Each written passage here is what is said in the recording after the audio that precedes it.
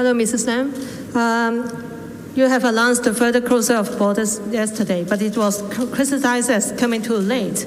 What took you so long? Were you worried about upsetting Beijing or hurting the feelings of Chinese people?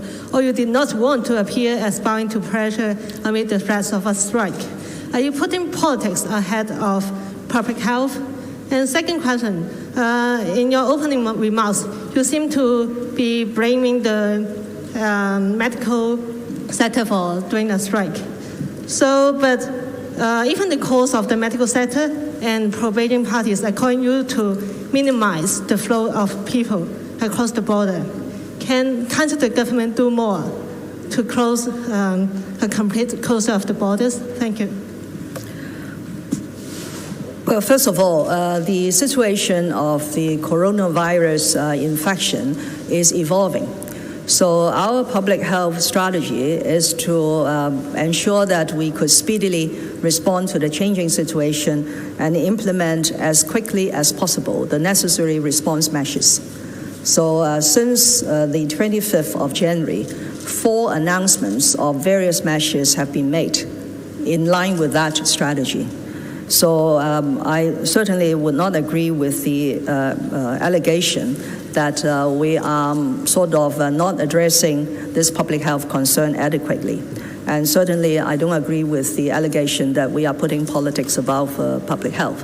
This is a public health situation, and we are assisted by our experts in both external and in-house to tackle this very important situation. But let me make a further appeal.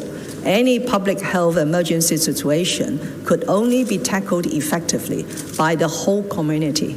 Everybody has to do his or her part in order to fight this infection. But of course, the government has a primary responsibility.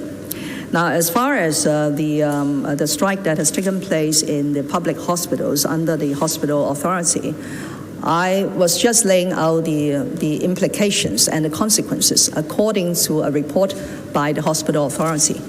The consequences yesterday were quite serious.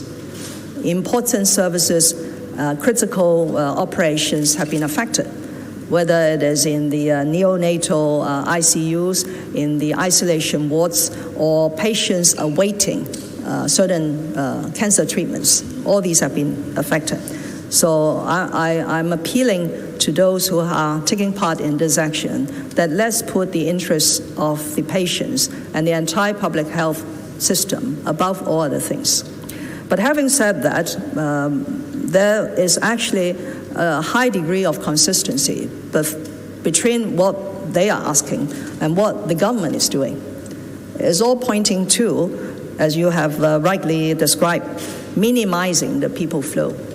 All the measures that we have adopted in the last 10 days or so are focusing on this one single objective. We want to reduce very significantly the cross-border passenger traffic so as to reduce the chances of infection. And we will continue to do that.